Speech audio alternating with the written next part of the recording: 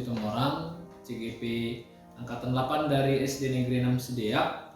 Kali ini saya ditemani oleh Ibu Sinaga. Beliau adalah guru kelas 5 di SD Negeri 6 Sediak. Selamat pagi, Bu. Selamat pagi, Pak. Nah, bagaimana kabarnya hari ini? Baik, Pak, sehat. Baik, hari ini kita akan melakukan percakapan pra-observasi ya, Bu.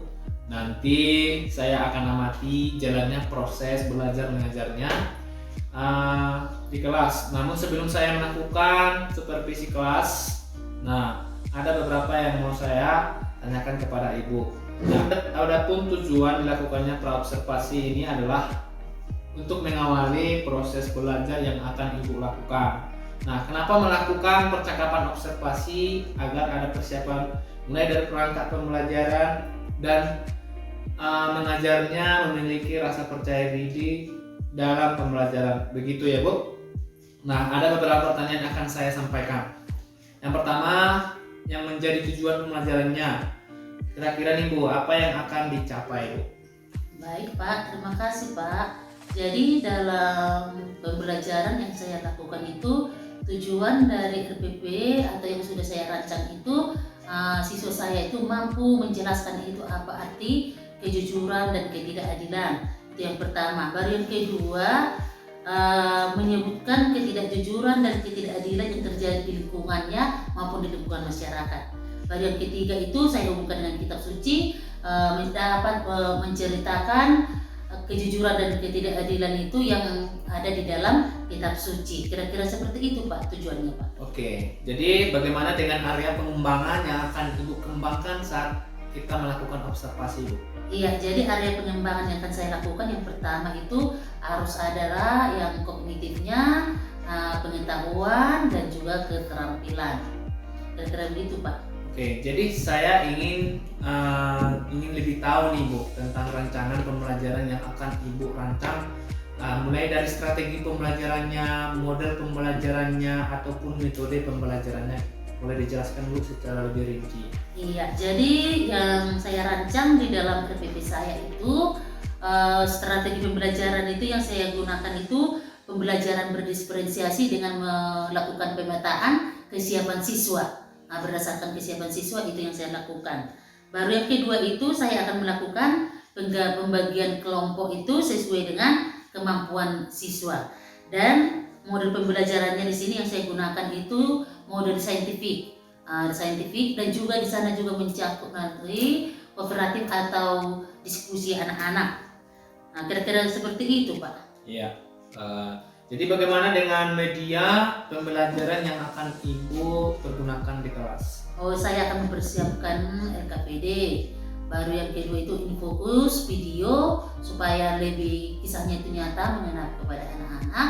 Dan tentu juga yang saya persiapkan itu alat peraga yang berhubungan dengan anak-anak. Kira-kira seperti itulah, Pak. Baik, jadi kira-kira nih, Bu, pelaksanaan observasinya akan dilaksanakan pada hari apa dan jam berapa ya, Bu ya? Ya, itu kita laksanakan karena ini, Pak, yang kita pakai itu kelas 5. Jadi ini kita pakai hari Jumat, les pertama, 2 dan 3, Pak. Baik, jadi nanti saya akan datang ke kelas Ibu untuk melakukan observasi di hari Jumat pada les kelima ya, Bu ya? Iya. Oke, jadi setelah Ibu sudah melaksanakan kegiatan belajar mengajar, kita akan melakukan kegiatan pasca observasi yang akan didampingi oleh pengajar praktik ya, Bu ya. Iya, Pak. Sebelum kita akhiri, kira-kira nih dari percakapan kita, apa yang menjadi hasil percakapan yang Ibu dapatkan? Jadi dari percakapan kita saya mendapatkan hasil untuk lebih mempersiapkan lebih matang perangkat pembelajaran dengan melihat atau kondisi anak-anak. Artinya RPPB akan ini lebih saya rancang nanti sesuai dengan kondisi atau kesiapan anak-anak kita, Pak. Kira-kira seperti itu, Pak. Terima kasih, Bu, atas waktunya dan sudah bersedia berbincang-bincang dengan saya di observasi. Nanti kita bertemu dan di kegiatan pra-observasi kelas itu akan kita laksanakan juga hari Jumat, Ibu. Demikianlah pertemuan kali ini dengan kegiatan pra-observasi, dan kita akan bertemu lagi di kegiatan observasi. Dan terima kasih.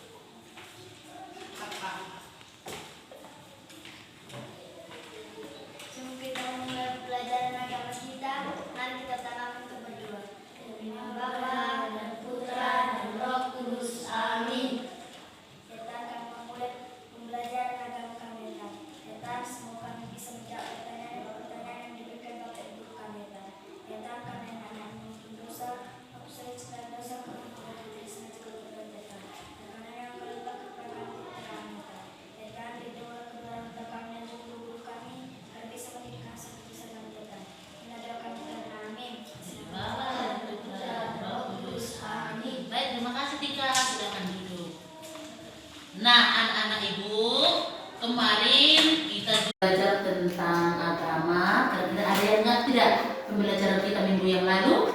Saya Iya. terlibat dari pelestarian lingkungan. Iya, bagus. Jadi kemarin kita sudah mempelajari tentang keterlibatan kita di dalam melestarikan lingkungan. Nah, sebagai umat ciptaan Tuhan, sebagai siswa, kita memiliki tanggung jawab untuk melestarikan lingkungan yang diciptakan oleh Tuhan. Nah, di sini kita akan mempelajari bagaimana kita hidup di dalam masyarakat. Maka materi kita itu tentang keadilan dan kejujuran. Apa?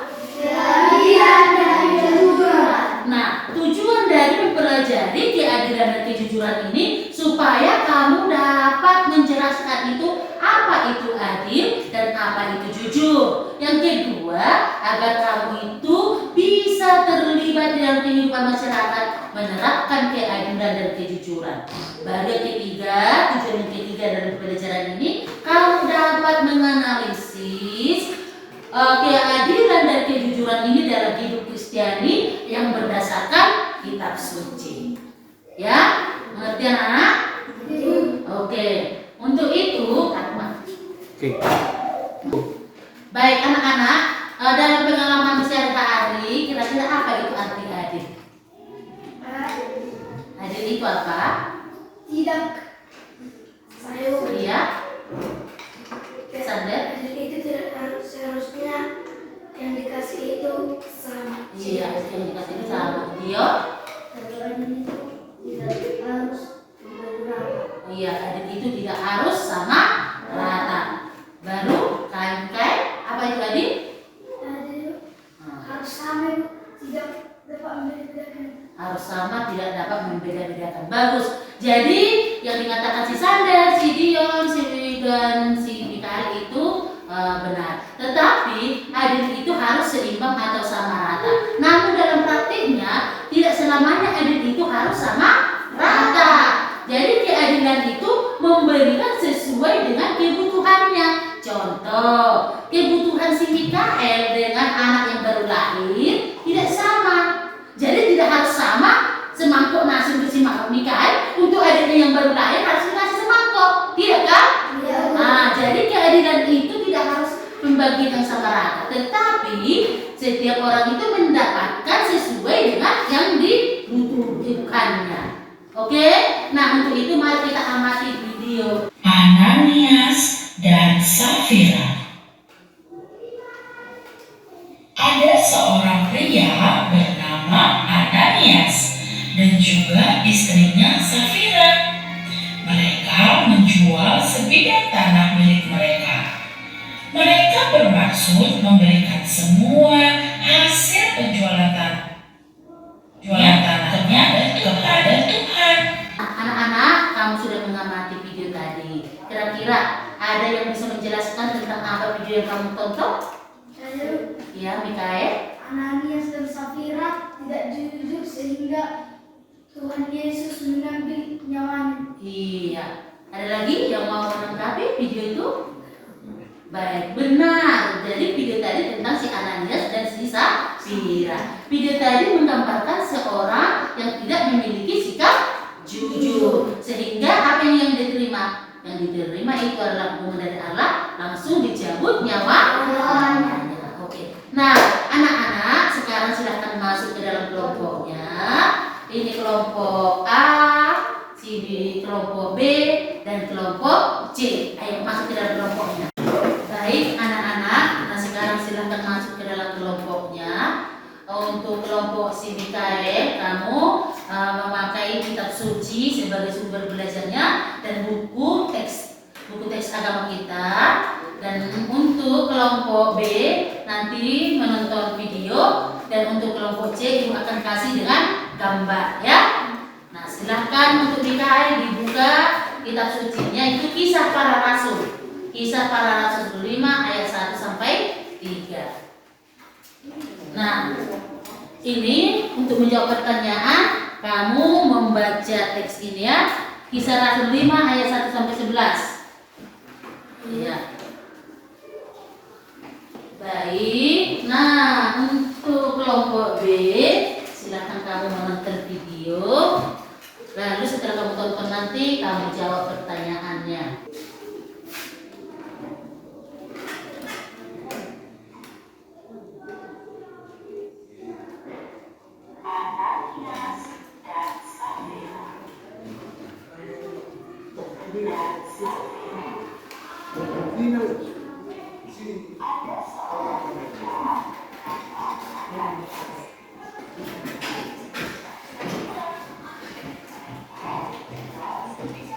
Nah, dari gambar ini kamu akan menemukan menjawab pertanyaan ini dari kisah para rasul, yang mana si Ananias, yang mana si Safira ya.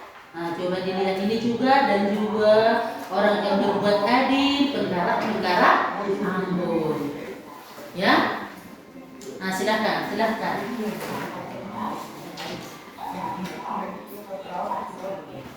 Oke, nah di sini setelah kamu baca, silakan kamu jawab pertanyaannya ya, nak ya. Sudah siap? Sudah, Ibu. Oke, baik. Nah, yang pertama akan kelompoknya akan mempresentasikan hasil diskusinya yang telah dijawab bersama. Yang pertama itu kelompok siapa yang maju? Maju. Oh iya, semua ingin maju. Ayo, siapa yang ingin setuju kelompok siapa duluan? Kelompok A, Ibu. Oke, kelompok A, silakan.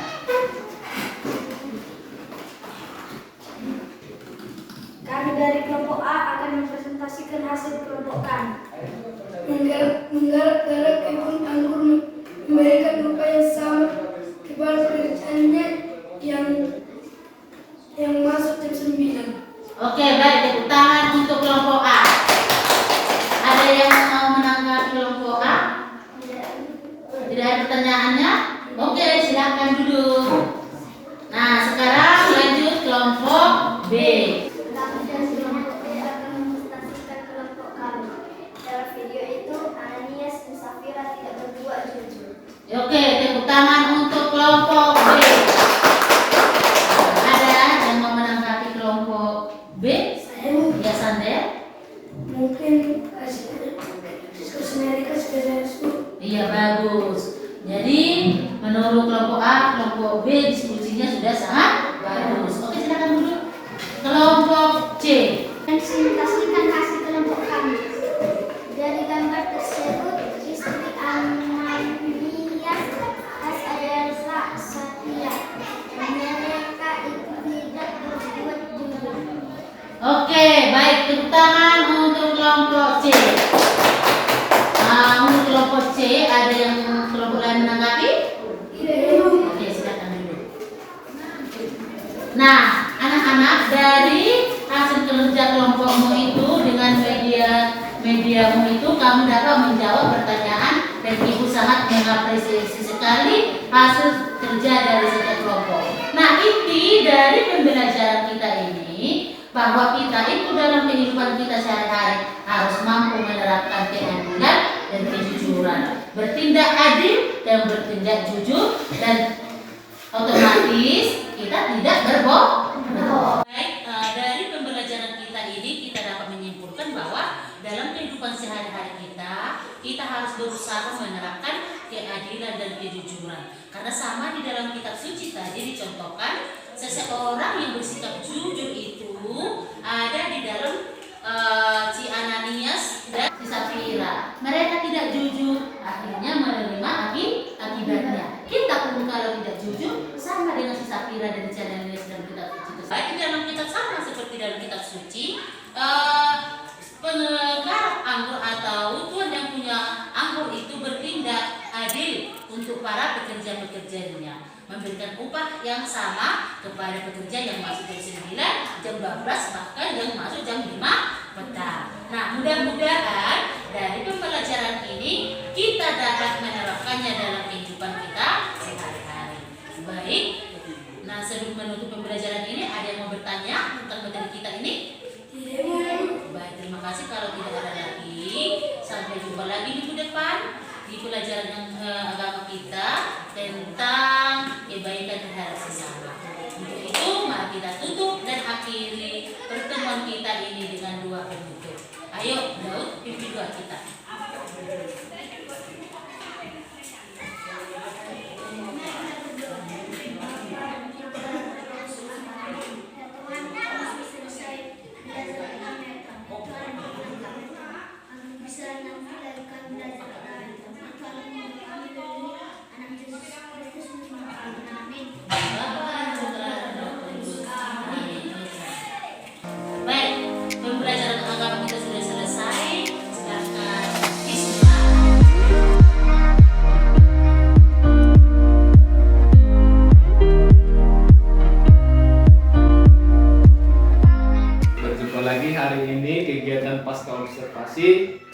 Ibu Sinaga bersama PP Ibu Rista. Selamat pagi Bu. Selamat pagi pagi, Bu. Pak.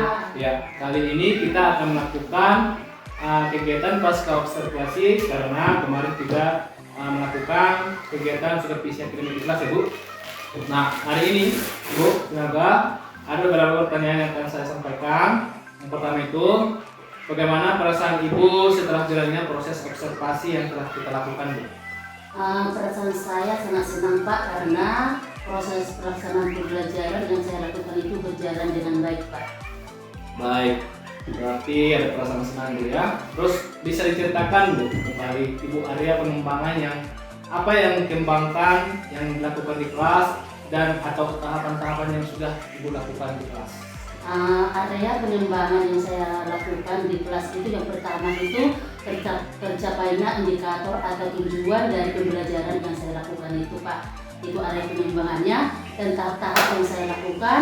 Yang pertama saya melakukan itu tahap pembukaan, baru tahap inti, dan di sanalah yang saya masukkan adanya kesiapan anak atau pelaksanaan pembelajaran itu sesuai dengan tahap kemampuan anak-anak ini itu Pak. Dan tahap terakhir itu saya tutup dengan tahap penutup Pak, kira-kira seperti itu. Baik, dari percakapan Ibu tadi, Ibu memperhatikan kesiapan anak, terus memperhatikan hasil dari pembelajaran. Nah, menurut Ibu sejauh manakah area pengembangan yang dilakukan tadi? Apakah sudah berhasil atau tidak? Area pengembangan yang saya amati dari pelaksanaan tadi Pak sudah mulai berjalan dengan baik 90% karena saya lihat ada yang berubah baik itu dari sikap afektif anak-anak, kognitif, dan keterampilan. Hanya saja yang mau saya kembangkan di sana lebih menekankan sikap keterampilan anak-anak yang harus diterapkan di lingkungan dari pembelajaran ini Pak. Iya. Seperti itu. Iya. Jadi di sini yang sudah berjalan dengan baik itu adalah kognitif, tapi yang masih dikembangkan adalah keterampilan. Iya, Pak. Nah, menurut Ibu apa yang menjadi kendala atau kekurangan saat menjalankan proses pembelajaran di kelas? Kendala yang saya hadapi itu di saat pelaksanaan di kelas itu anak-anak itu kurang antusias untuk menyampaikan ide atau pendapatnya Pak. Hanya itu aja, mungkin kolaborasi juga harus ditingkatkan untuk anak-anak. Nah, itu beberapa kelemahan ya Bu. Nah, kira-kira Bu, mengapa hal itu bisa terjadi? Mengapa kurang antusias? Mengapa tidak mau mengikuti sesuai arahan Ibu? Kemungkinan Pak, mungkin media pembelajaran yang saya pakai itu ada untuk sebagian anak tidak cocok atau tidak menarik dan sebagian menarik. Kira-kira inilah yang nanti yang mau saya perbaiki Pak. Iya, jadi media pembelajaran kurang menarik ya Bu ya. Iya. Ya, mudah-mudahan apa yang Ibu rencanakan bisa terrealisasi dan memberikan proses pembelajaran yang lebih baik dibandingkan dengan yang kemarin ya Bu. Iya Pak. Nah, saya tunggu lagi Bu, cerita lagi yang sudah saya ceritakan atau tidak. Kira-kira nih Bu, rencana perubahan yang akan Ibu lakukan, Ibu sampaikan tadi kira-kira apa Bu?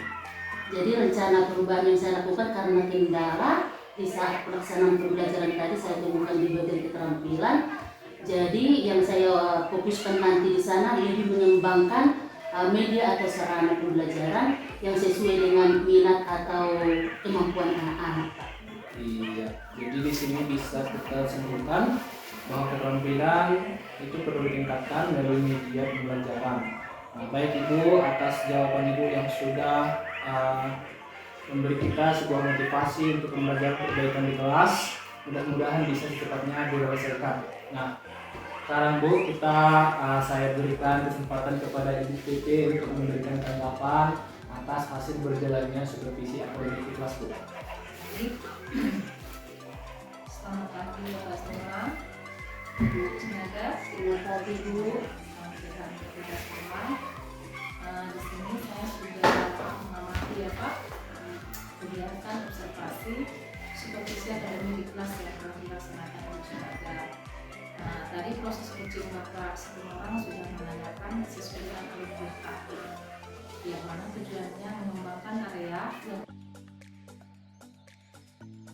Jadi area pengembangannya itu masuk ke dalam area pengetahuan dan keterampilannya itu Sinaga, Iya. dan itu sudah sungguh luar biasa. Dari identifikasinya juga termasuk identifikasi melalui pertanyaan-pertanyaan pada Ibu. Kemudian di situ juga dijelaskan langkah-langkahnya. Dan Ibu Sinaga juga sudah menjelaskan permasalahan dan itu sudah berjalan dengan baik. Dan proses coaching ini juga sudah dilakukan dengan sangat baik dan luar biasa, dan juga sudah sesuai dengan amanat. Terima kasih. Ya, baik. Terima kasih Bu atas